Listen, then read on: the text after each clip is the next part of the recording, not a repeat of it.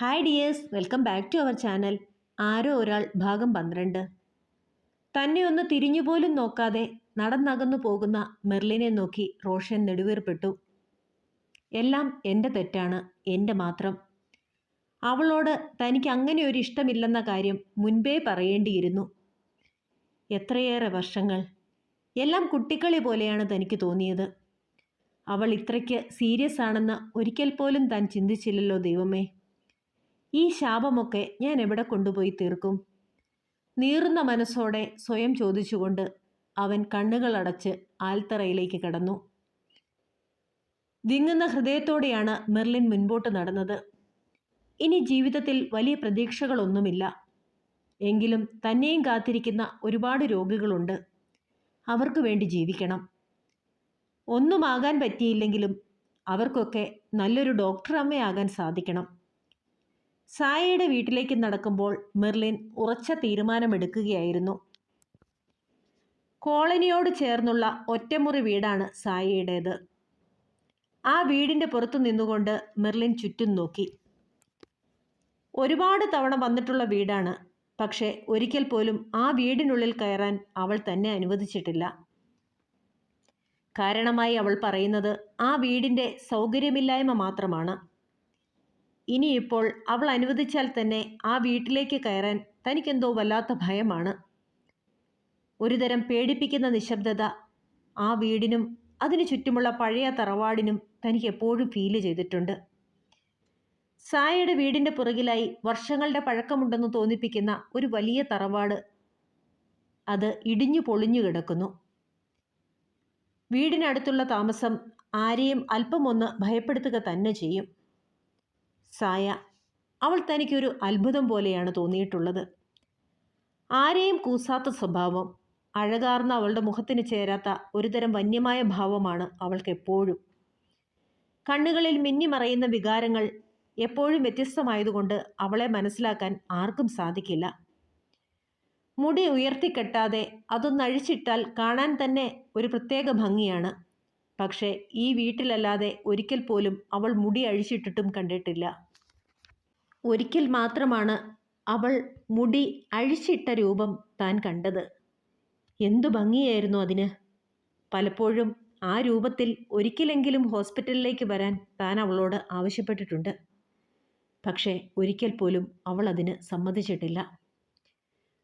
ഒരു ഭദ്രകാളിയുടെ ഭാവമാണവൾക്ക്. ആരുടെയും യാതൊരു സഹായവുമില്ലാതെ അവളിവിടെ ജീവിക്കാൻ തുടങ്ങിയിട്ട് കാലങ്ങളായിരിക്കുന്നു. അവളുടെ ജീവിതത്തിൽ പുറത്തുനിന്ന് ആർക്കെങ്കിലും സ്ഥാനമുണ്ടെങ്കിൽ അത് തനിക്കും സച്ചുവേട്ടനും മാത്രമായിരുന്നു. പക്ഷേ ഇപ്പോൾ കുറേയേറെ നേരം സായയെപ്പറ്റി ഓർത്തുകൊണ്ട് മെർലിൻ ആ വാതിൽക്കൽ തന്നെ നിന്നു.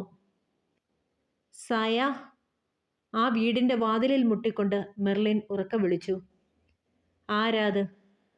അങ്ങനെ ഒരു ചോദ്യത്തോടെ കോളനിയുടെ തുടക്കത്തിലുണ്ടായിരുന്ന ആദ്യത്തെ വീട്ടിൽ നിന്നും ഒരു തല പുറത്തേക്ക് വന്നു. വേലപ്പൻ. മെർലിൻ്റെ ചുണ്ടുകൾ മന്ത്രിച്ചു. ഓ, കുഞ്ഞായിരുന്നോ? കുഞ്ഞെവിടെയോ പഠിക്കാൻ പോയിരിക്കുകയാണെന്നാണല്ലോ സായമോൾ പറഞ്ഞത്. എപ്പോഴാ വന്നത്? വേലപ്പൻ വാത്സല്യത്തോടെ ചോദിച്ചു. അണ്ണ, ഞാൻ വന്നിട്ട് 2 ദിവസമേ ആയിട്ടുള്ളൂ. പഠനമൊക്കെ കഴിഞ്ഞു. ഇനി ഹോസ്പിറ്റലിൽ ജോലിക്ക് കയറാം. ആശുപത്രിയിൽ സായയെ കണ്ടില്ല, അതുകൊണ്ടാ ഇങ്ങോട്ടിറങ്ങിയത്. എവിടെയവൾ? ഞാൻ ഓർക്കുകയായിരുന്നു ഇവിടിപ്പോൾ സായക്കുഞ്ഞിനെ അന്വേഷിച്ചു വരാൻ ആരാ ഉള്ളതെന്ന്. എന്നതാണെന്നറിയില്ല, 2-3 ദിവസമായി പാവം കുഞ്ഞ് എന്തോ വലിയ വിഷമത്തിലാണ്. അതെങ്ങനെയാ? എത്ര ഹൃദയം പൊട്ടിയാലും ആരോടും ഒന്നും തുറന്നു പറയില്ല. പറഞ്ഞാലല്ലേ മറ്റുള്ളവരുടെ ഹൃദയത്തെ മനസ്സിലാക്കാൻ സാധിക്കുകയുള്ളൂ. വേലപ്പൻ വല്ലാത്ത സങ്കടത്തോടെ പറഞ്ഞു. കുഞ്ഞെ, ദേ ആ പഴയ വീടിൻ്റെ പുറകിൽ ഒരു ചെറിയ കുളമുണ്ട്. അതിൻ്റെ അരികിലുണ്ടാകും അവൾ. അതെപ്പോഴും അങ്ങനെയാ. സന്തോഷം വന്നാലും സങ്കടം വന്നാലും അവിടെ പോയിരിക്കും. ആ പഴയ തറവാട് വീടിനെ ചൂണ്ടിക്കൊണ്ട് വേലപ്പൻ പറഞ്ഞു. വേലപ്പനെ പലപ്പോഴായി സായയുടെ കൂടെ കണ്ടിട്ടുണ്ട്. പുറം ലോകവുമായി തങ്ങളല്ലാതെ സായയ്ക്ക് ആകെയുള്ള ബന്ധം ഒരു പിതാവിൻ്റെ വാത്സല്യമാണോ സഹോദരൻ്റെ സ്നേഹമാണോ അദ്ദേഹത്തിന് അവളോടുള്ളതെന്ന് ഒരിക്കലും തനിക്ക് മനസ്സിലാക്കാനായിട്ടില്ല. അവൾക്ക് ആകെയുള്ള ഫ്രണ്ട് അയാളാണ് പോലും. അവർ തമ്മിൽ പ്രായത്തിൻ്റെ അന്തരമുണ്ട്. പക്ഷേ അവളുടെ ചെറിയ വേദനകൾ പോലും മനസ്സിലാക്കുന്ന ആരോ ഒരാൾ, അതാണ് അദ്ദേഹം. പുഞ്ചിരിയോടെ വേലപ്പന് നന്ദി പറഞ്ഞുകൊണ്ട് ആ പഴയ വീടിനെ ലക്ഷ്യമാക്കി നടക്കുമ്പോൾ മെർലിൻ മനസ്സിലോർത്തു, കുഞ്ഞെ, ആ വഴി ആകെ കാട് കയറി കിടക്കുകയാണ്. സൂക്ഷിച്ചു പോണം. വല്ല പാമ്പുമുണ്ടാകും. ഒന്ന് വൃത്തിയാക്കി ഇടാമെന്ന് വെച്ചാൽ ആ കൊച്ച് അതിനും സമ്മതിക്കില്ല. ആരാൻ്റെ വീടാണെങ്കിലും സ്വന്തം വീട് പോലെയാ അതിൻ്റെ പെരുമാറ്റം. നടക്കുമ്പോൾ പുറകിൽ നിന്ന് വേലപ്പൻ പറയുന്നത് കേട്ടു.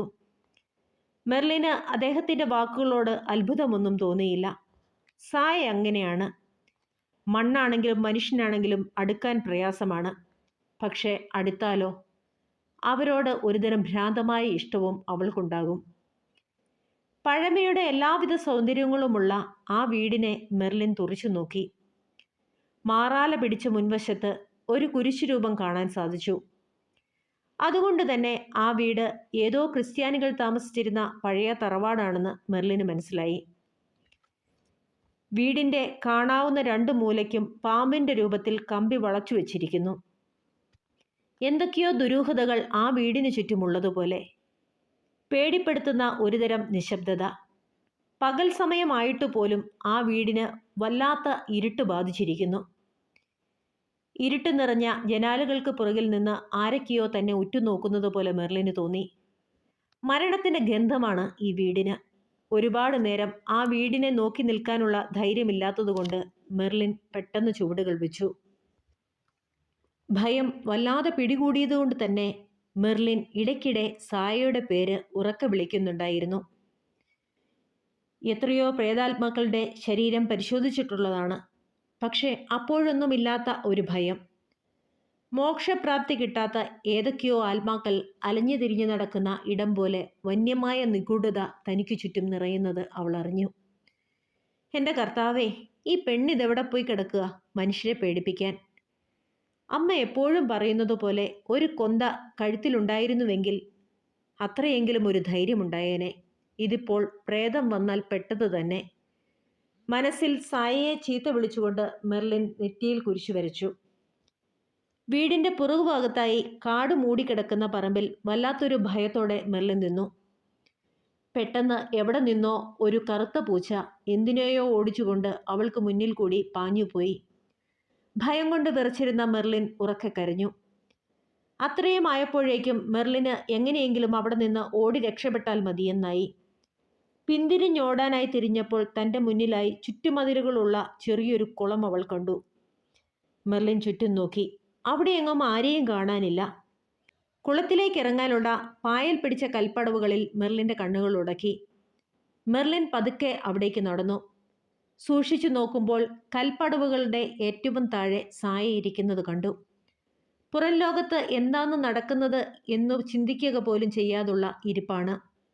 ആശ്വാസത്തോടെ മെർലിൻ വളരെ ശ്രദ്ധയോടെ ആ പടവുകൾ ഇറങ്ങി താഴേക്ക് ചെന്നു. അലക്ഷ്യമായി അഴിച്ചിട്ട അവളുടെ കാർക്കൂന്തലുകൾ പട്ടുമെത്ത വിരിച്ച് ആ കൽപ്പടവിൽ അങ്ങനെ കിടന്നു. ആ കാഴ്ചയ്ക്ക് തന്നെ വല്ലാത്തൊരു ഭംഗിയുണ്ടായിരുന്നു. കാൽമുട്ടുകളിൽ മുഖം താങ്ങിയിരിക്കുന്ന അവളുടെ ഭംഗിയേറിയ വിരലുകൾ ഒരു ചിത്രകാരൻ്റെ ഭാവന പോലെ തോന്നി. എൻ്റെ ഈശോയെ, എന്നാ ഭംഗിയേ ഈ കുട്ടിക്ക്! സംസാരശേഷി ഇല്ലാതെ പോയതും മാതാപിതാക്കൾ ഇല്ലാതെ പോയതും ഇതിൻ്റെ തെറ്റാണോ? ഒരുപക്ഷെ അതുകൊണ്ട് മാത്രമായിരിക്കാം സച്ചുവേട്ടൻ അവളുടെ കണ്ണുകളിൽ തെളിഞ്ഞു കണ്ട ഇഷ്ടത്തെ മനസ്സിലാക്കാതെ പോയത്. കുറേയേറെ നേരം അവളെ തന്നെ നോക്കി നിന്നിട്ട് ഒരു നെടുവീർപ്പോടെ മെർലിൻ സായയുടെ അടുത്തേക്കിരുന്നു. പതുക്കെ അവളുടെ തലയിൽ തലോടി. പെട്ടെന്നൊരു ഞെട്ടലോടെ സായ ചാടി എഴുന്നേറ്റു. മുൻപിൽ മെർലിനെ കണ്ടപ്പോൾ അവളുടെ കണ്ണുകളിൽ നിറഞ്ഞു നിന്ന ഭയം താനെ ഇല്ലാതാകുന്നത് കാണാൻ തന്നെ വല്ലാത്തൊരു ഭംഗിയുണ്ടായിരുന്നു. മെർലിൻ അത്ഭുതത്തോടെ അവളെ നോക്കി. കരഞ്ഞു കലങ്ങിയ അവളുടെ കണ്ണുകൾ മെർലിൻ്റെ ഹൃദയത്തിൽ വല്ലാത്തൊരു വേദന സമ്മാനിച്ചു. എല്ലാം അവൾ അറിഞ്ഞിരിക്കുന്നു. അല്ലെങ്കിൽ ഒരിക്കൽ പോലും ഇങ്ങനെയൊരു ഭാവം താൻ സായയിൽ കണ്ടിട്ടില്ല. സായ, മെർലിൻ പതിഞ്ഞ ശബ്ദത്തിൽ വിളിച്ചു. ആ വിളിയുടെ സ്നേഹസ്പർശം മാത്രം മതിയായിരുന്നു സായയ്ക്ക്. അവൾ പരിസരം മറന്ന് വാവിട്ട് കരഞ്ഞു. ഒരു മിണ്ടാപ്രാണിയുടെ നിശബ്ദമായ രോദനം. മെർലിൻ അവളെ കെട്ടിപ്പിടിച്ചു. കരയട്ടെ, വേദന തീരുവോളം. തന്നെ പോലെയല്ല, ആരുമില്ലാത്തവളാണവൾ. ഒന്നുറക്കെ കരയാൻ പോലും ശേഷിയില്ലാത്തവൾ. തനിക്ക് നഷ്ടപ്പെട്ടത് റോഷനെ മാത്രമാണ്. പക്ഷേ ഇവൾക്ക് സ്വന്തമായി ആകെ ഉണ്ടായിരുന്ന ഒരു സമ്പാദ്യമാണ് നഷ്ടപ്പെട്ടത്, തൻ്റെ സച്ചുവേട്ടൻ. അവളുടെ ആ ഇഷ്ടത്തെ മനസ്സിലാക്കാനും അവളുടെ നഷ്ടത്തെ അതിൻ്റെ തീവ്രതയോടെ ഉൾക്കൊള്ളാനും തനിക്ക് മാത്രമേ സാധിക്കുകയുള്ളൂ. അവളുടെ തലയിൽ തലോടി ആശ്വസിപ്പിക്കുമ്പോൾ മെർലിനും ഒന്ന് നിയന്ത്രണം വിട്ട് കരയണമെന്ന് തോന്നി. പിന്നെ സായ എന്തൊക്കെയോ അവളുടേതായ ഭാഷയിൽ പറഞ്ഞു. സങ്കടത്തിൻ്റെ തീവ്രതയിൽ പറഞ്ഞ കാര്യങ്ങളായതുകൊണ്ട് തന്നെ അതിൽ പലതും മെർലിന് മനസ്സിലാക്കാനായില്ല. എങ്കിലും ഈ വിവാഹം നടക്കാൻ അനുവദിക്കരുത് എന്ന് മാത്രമാണ് അവൾ പറയുന്നതെന്ന് മനസ്സിലായി. സായ, ഇനി നീയോ ഞാനോ വിചാരിച്ചാൽ ഈ വിവാഹം മുടങ്ങില്ല. എല്ലാം തീരുമാനിച്ചുറപ്പിച്ചു കഴിഞ്ഞു. സച്ചുവേട്ടൻ്റെ ഇഷ്ടം, അത് നടക്കട്ടെ. അവർ സന്തോഷമായി ജീവിക്കട്ടെ. അവളെ ആശ്വസിപ്പിക്കാനായി അങ്ങനെ പറഞ്ഞപ്പോൾ പെട്ടെന്ന് സായയുടെ ഭാവം മാറി. ആംഗ്യഭാഷയിലൂടെയാണെങ്കിലും പിന്നീട് അവൾ പറഞ്ഞ കാര്യങ്ങളെല്ലാം വല്ലാത്ത ഞെട്ടലോടെയാണ് മെർലിൻ കേട്ടത്. ഈ വിവാഹം നടക്കരുത് സച്ചു. അവൻ എൻ്റെ മാത്രമാണ്. ഈ ലോകത്ത് ഒന്നിനു വേണ്ടിയും ഞാൻ അവനെ വിട്ടുകൊടുക്കില്ല. ഇനി അങ്ങനെ എന്തെങ്കിലും സംഭവിച്ചാൽ കൊല്ലും ഞാൻ സച്ചുവിനെ. അത്രമേൽ ഞാൻ അവനെ സ്നേഹിച്ചു പോയി. അവൻ എൻ്റെയാണ്. എനിക്ക് മാത്രമേ അവനെ പൂർണ്ണമായും സ്നേഹിക്കാനാകൂ. ജാസ്മിൻ, അവളൊരു പിശാചാണ്. അവൾക്ക് ആരെയും സ്നേഹിക്കാനാവില്ല. അവൾ ആ കുടുംബത്തിലേക്ക് വന്നാൽ സർവനാശം അതാണ് സംഭവിക്കാൻ പോകുന്നത്. സംഹാരരുദ്രയെപ്പോലെ അവൾ ഉറഞ്ഞു തുള്ളി. അവളുടെ വാക്കുകളെല്ലാം പ്രണയം നഷ്ടപ്പെട്ട ഒരു പാവം പെണ്ണിൻ്റെ വെറും വിഡ്ഢിവാക്കുകൾ മാത്രമായിട്ടാണ് മെർലിന് തോന്നിയത്. അടുത്ത ഭാഗവുമായി വീണ്ടും വരും വരെ ബൈ. കഥ ഇഷ്ടമായാൽ സബ്സ്ക്രൈബ് ചെയ്യാനും ലൈക്ക് ചെയ്യാനും മറക്കരുതേ.